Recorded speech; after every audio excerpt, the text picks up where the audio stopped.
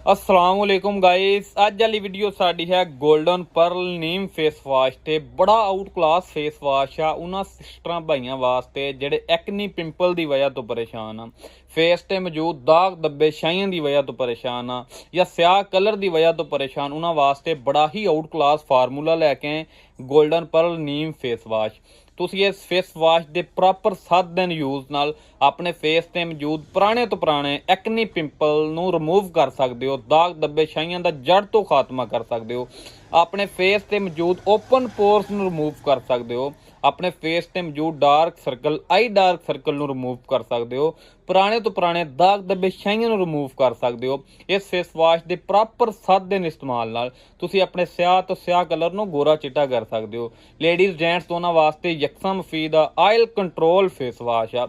जिस फेस ते जेड़ी स्किन ज़्यादा आयली हुंदी उस ते एक्नी पिंपल भी ज़्यादा होंदे।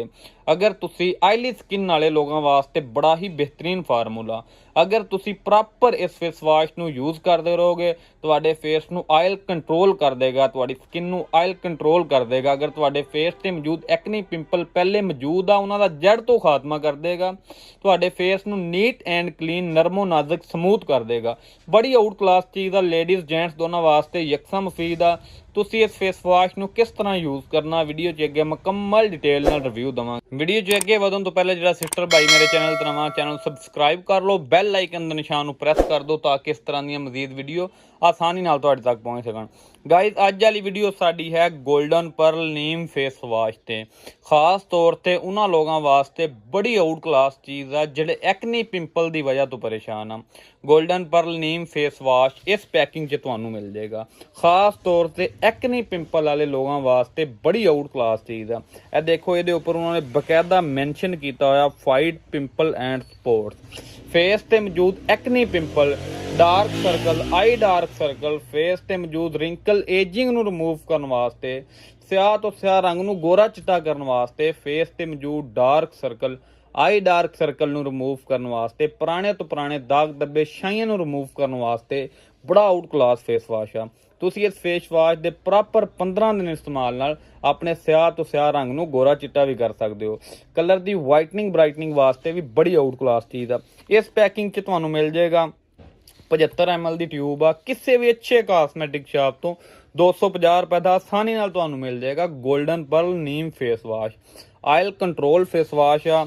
ਤੁਸੀਂ ਇਸ ਫੇਸ ਵਾਸ਼ ਨੂੰ ਕਿਸੇ ਨਾਈਟ ਕਰੀਮ, ਕਿਸੇ ਵੀ ਮੈਡੀਕੇਟਡ ਫਾਰਮੂਲੇ ਨਾਲ, ਕਿਸੇ ਵੀ ਨਾਈਟ ਫਾਰਮੂਲੇ ਨਾਲ, ਵਾਈਟਨਿੰਗ ਦੇ ਕਿਸੇ ਵੀ ਫਾਰਮੂਲੇ ਨਾਲ ਇਸ ਫੇਸ ਵਾਸ਼ ਨੂੰ ਤੁਸੀਂ ਯੂਜ਼ ਕਰ ਸਕਦੇ ਹੋ।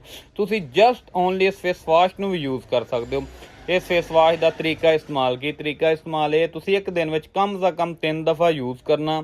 ਯੂਜ਼ ਦਾ ਤਰੀਕਾਕਾਰ ਇਹ, ਆਪਣੇ ਫੇਸ ਨੂੰ ਵਾਸ਼ ਕਰਕੇ ਫੇਸ ਵਾਸ਼ ਲਗਾ ਕੇ ਕਮ ਸੇ ਕਮ 3 ਮਿੰਟ, ਜ਼ਿਆਦਾ ਤੋਂ ਜ਼ਿਆਦਾ ਜਿਤਨੇ ਮਿੰਟ ਤੱਕ ਤੁਸੀਂ ਮਸਾਜ ਕਰ ਸਕੋ ਫੇਸ ਦੀ ਅੱਛੀ ਤਰ੍ਹਾਂ ਮਸਾਜ ਕਰਨੀ ਹੈ। ਜਿਤਨੇ ਅੱਛੇ ਤਰੀਕੇ ਨਾਲ ਮਸਾਜ ਕਰੋਗੇ ਉਤਨਾ ਹੈਵੀ ਕਿਸਮ ਦਾ ਰਿਜ਼ਲਟ ਆਏਗਾ। ਮਸਾਜ ਤੁਸੀਂ ਇਸ ਵਜ੍ਹਾ ਤੋਂ ਕਰਨੀ ਤਾਂ ਕਿ ਤੁਹਾਡੇ ਫੇਸ ਤੇ ਜਿਤਨੀ ਗੰਦਗੀ, ਆਇਲ, ਡਸਟ ਰਿਮੂਵ ਹੋ ਜਾਵੇ, ਜਿਲਦ 'ਚ ਜਜ਼ਬ ਹੋ ਕੇ ਡੈਡ ਸੈੱਲ ਨੂੰ ਰਿਮੂਵ ਕਰ ਦੇਵੇ, ਐਕਨੀ ਪਿੰਪਲ ਨੂੰ ਰਿਮੂਵ ਕਰ ਦੇਵੇ। ਇਸ ਫੇਸ ਵਾਸ਼ ਨੂੰ ਤੁਸੀਂ ਕਿਸੇ ਬਿਊਟੀ ਜਾਂ ਨਾਈਟ ਕਰੀਮ ਨਾਲ ਵੀ ਯੂਜ਼ ਕਰ ਸਕਦੇ ਹੋ।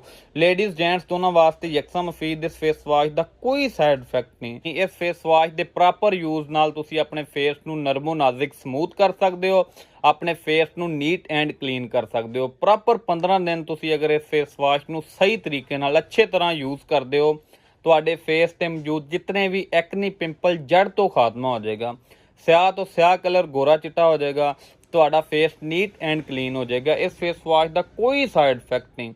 गाइस मैं उम्मीद करना ਤੁਹਾਨੂੰ मेरी वीडियो अच्छी लगी होगी। अगर मेरी वीडियो अच्छी लगी लाइक शेयर कमेंट जरूर कर देना। मिलते हैं नेक्स्ट वीडियो में। अपना ख्याल रखिएगा। अल्लाह हाफिज़।